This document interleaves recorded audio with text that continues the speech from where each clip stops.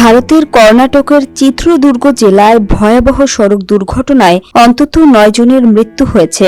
একটি ট্রাকের সঙ্গে সংঘর্ষের পর বেসরকারি একটি বাসে আগুন ধরে গেলে যাত্রীরা জীবন্ত দগ্ধ হন।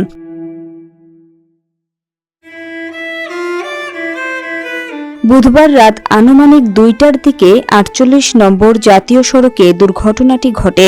বাসটি বেঙ্গালুরু থেকে শিমোগার উদ্দেশ্যে যাচ্ছিল।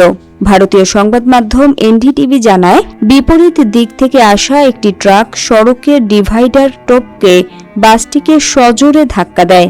এতে বাসটির তেলের ট্যাঙ্কে আঘাত লাগে এবং মুহূর্তের মধ্যে আগুন ছড়িয়ে পড়ে।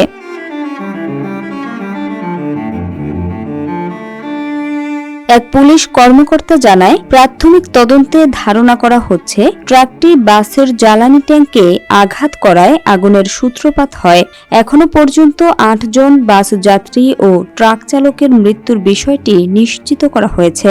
কয়েকজন যাত্রী কোনোভাবে জানালার কাঁচ ভেঙে বেরিয়ে প্রাণে বাঁচেন।